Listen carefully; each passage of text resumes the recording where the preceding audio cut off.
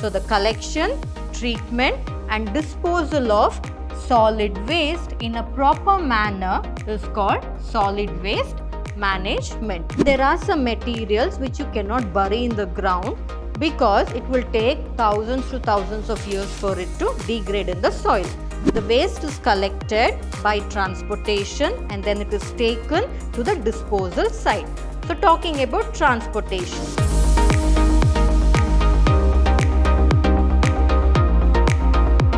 Hello everyone, a warm welcome to today's session on Environmental Studies for second semester BCom. I am Dr. Divya, Environmental Studies faculty, Vidhyaashram First Grade College, Temple of Excellence, Mysuru. So in today's session, let us continue with Unit 5, that is Environmental Pollution. So in this session, let us concentrate on solid waste, how to manage this solid waste and what are the different sources of solid waste. So talking about solid waste, so what are these solid waste? So the range of garbage materials that come from animal and human activities that are discarded as unwanted and useless are called as solid waste. So any waste that occurs from a plant, because of human beings or because of animals which are solid in nature, for example, from human beings, the papers, the household vegetable peels. So a lot of these solid materials that we throw out which is not of any use. So such materials are called as the solid waste. So next, talking about solid waste management.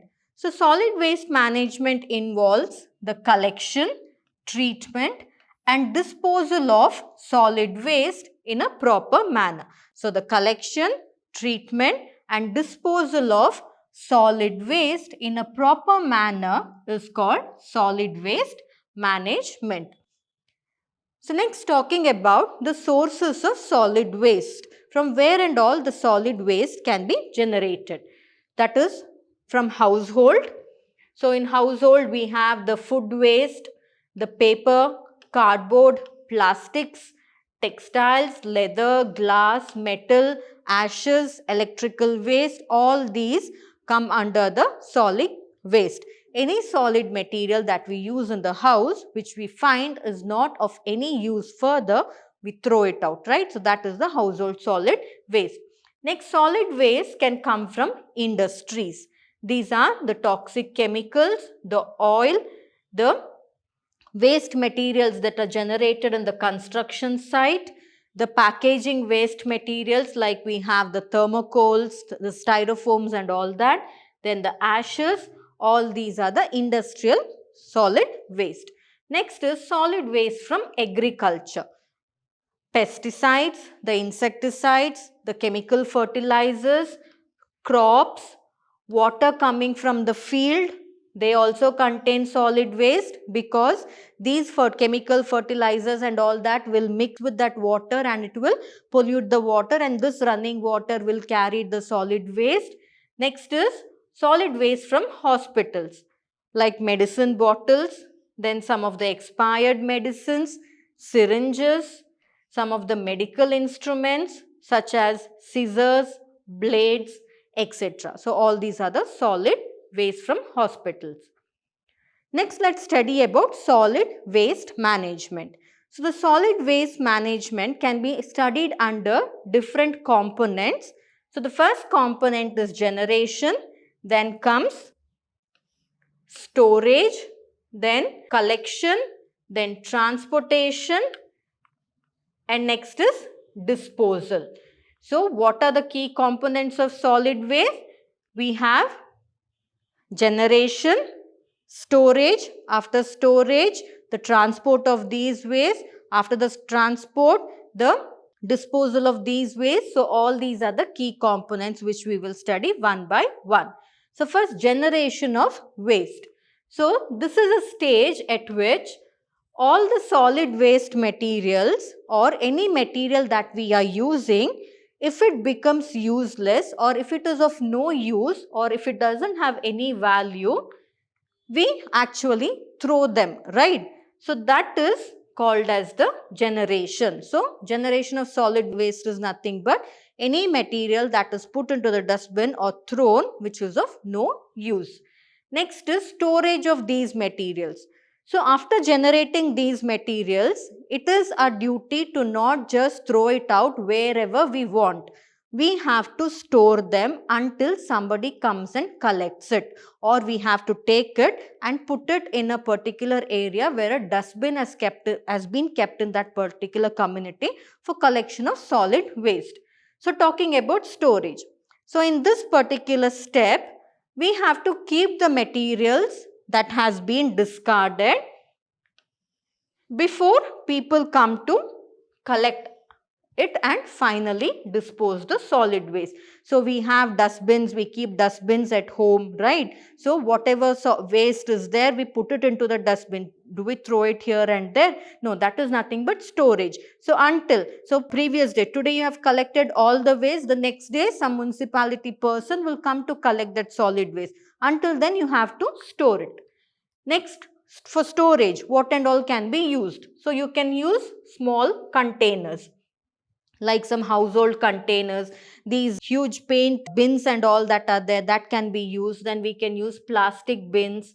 Then we can use large containers. If in a house lots of people are there wherein large number of solid waste is generated, and larger containers can be used like communal bins, oil drums, or oil drums can be kept in the home, or what can be done is we can also keep, say for example, sometimes the municipality people cannot go regularly to collect waste from the houses. So, can we keep the waste like that for too long?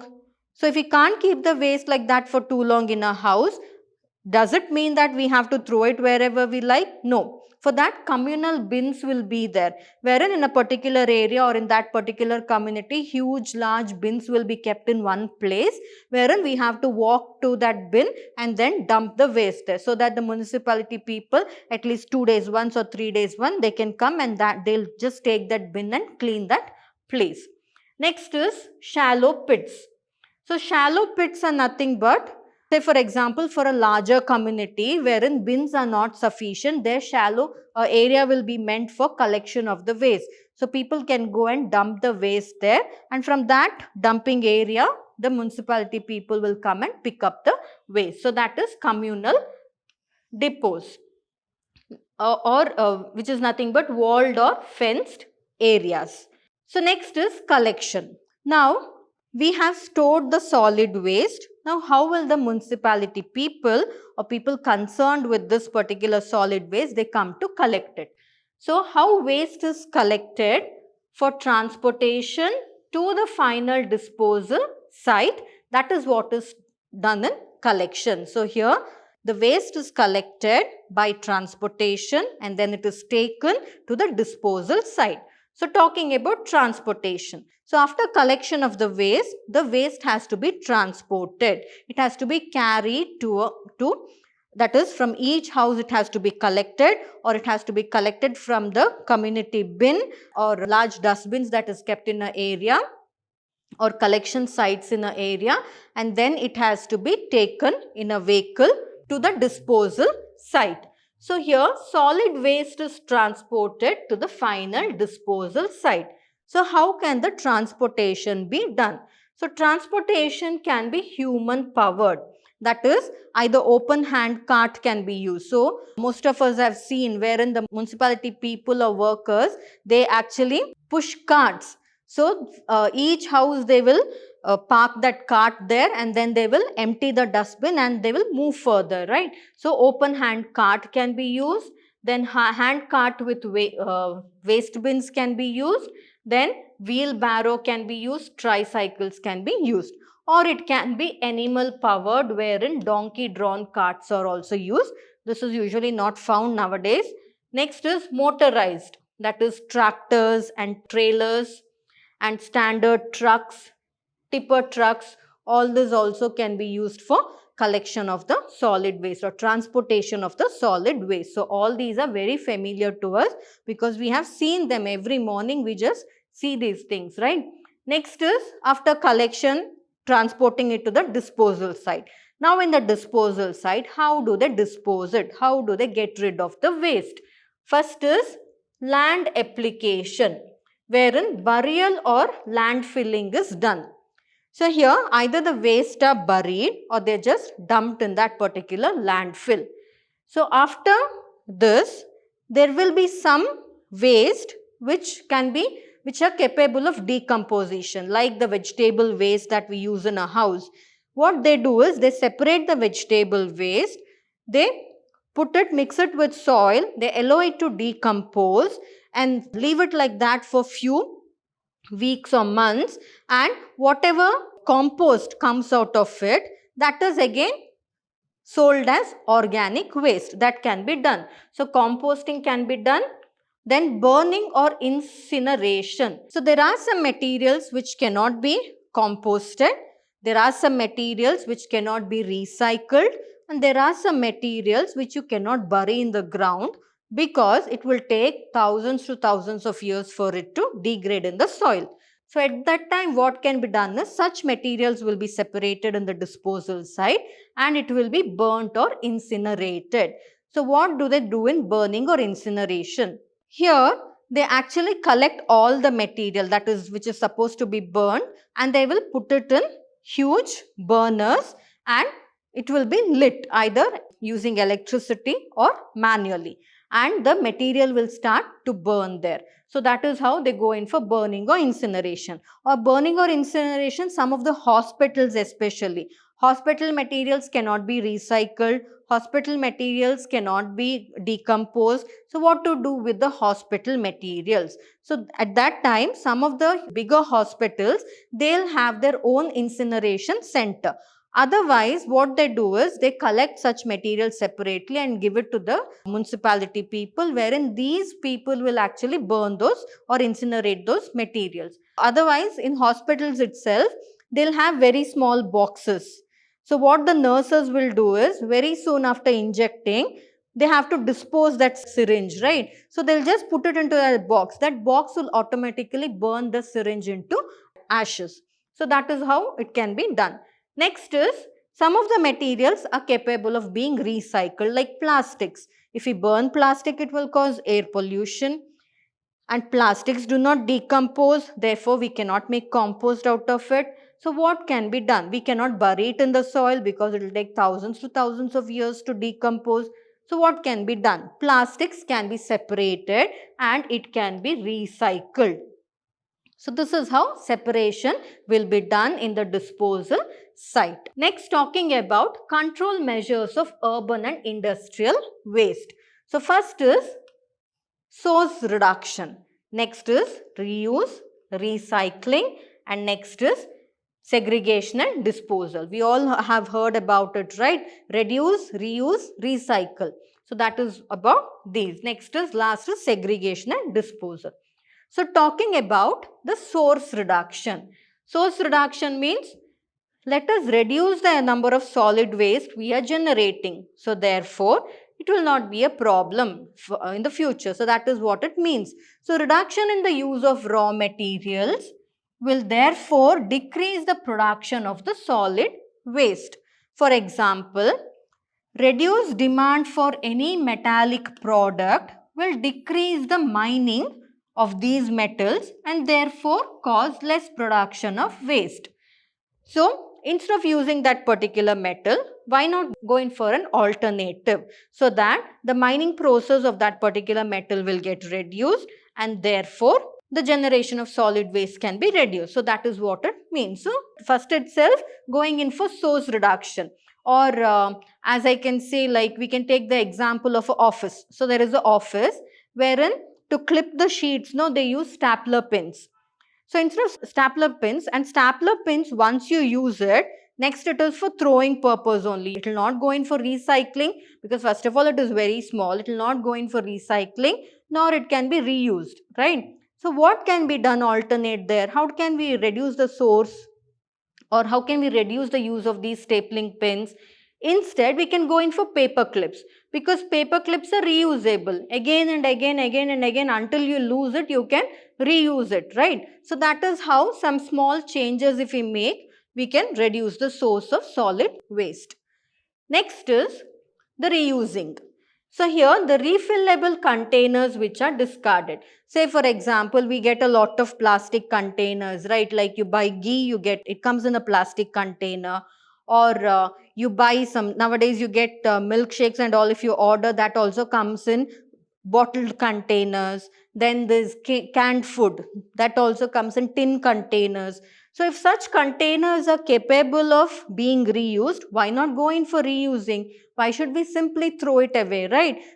For example, jam bottles. Every house they buy jam, and very neatly we can just clean off the bottle, we can remove the wrapper, and then we can reuse it for kitchen purpose, for storing many things. So like that, some of the cans, bottles and all that which is capable of being reused can be reused. Why should we simply throw it away and generate solid waste, right? So say for example, the villagers can make casseroles and silos from waste paper and from other waste materials, and rubber rings from the discarded cycle tubes. So cycle tubes, we cannot burn it, because if we burn it, it will generate a lot of toxic chemicals to the air which is poisonous, causing air pollution. Cycle tubes, we cannot bury it because it takes a lot of time to decompose, and also it will release a lot of chemicals to the soil which is not good for the good microbes there. So what can be done? Here the cycle tube can be made into small rubber rings, like how we use rubber bands, right? Just like that, small bands it can be made into, so that we can use it. So when this cycle tubes are converted into rubber rings and used, then we don't have to again manufacture rubber bands, right?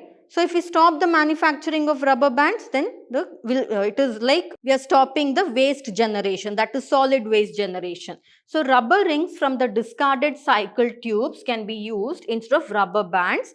This will reduce the waste generation during manufacturing of rubber bands. So that is how we can reduce the solid waste. Next is by recycling. So recycling is nothing but the reprocessing of discarded materials into new useful products. So plastics, instead of just burning it, instead of just discarding it just like that, collect it separately so that it can be given to a separate people who come for collection. They can take it to the recycling center and they can make use of it in many ways. Say for example, aluminium cans and glass bottles. So they can be melted, they can be recasted, and they can be converted into new cans and bottles which can be used again further. Next, preparation of automobiles and construction materials from steel cans can also be done. So automobile parts, then some of the construction materials can also be prepared from recycled steel cans. Or the best thing is, what can be done is to generate, to prevent plastics. So plastics, say for example, some of the plastics may not be capable of undergoing recycling, or 2 or 3 times recycled plastic, again further you cannot recycle. So what can be done with such plastics?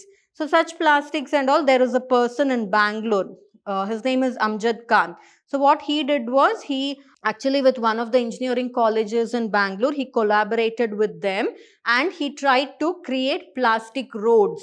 So there are some roads in Bangalore which contain, that is the plastic. They mix tar and plastic, and that is polyblend they'll do, that is mixing tar and plastic, and they will lay roads. So now we have found a solution for the plastic waste also, and in turn the plastic is not going, it's not getting formed into a solid waste because it is used for making roads. So all these small changes can actually reduce the generation of solid waste to a larger extent. Next is segregation and disposal. So there might be some materials which cannot be recycled, which cannot be reused, cannot be burned, nothing can be done.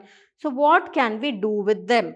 For that, sanitary landfill can be done, wherein garbages that are collected or solid waste that are collected will be spread out in very thin layers and they will be compacted and covered with clay or plastic foam.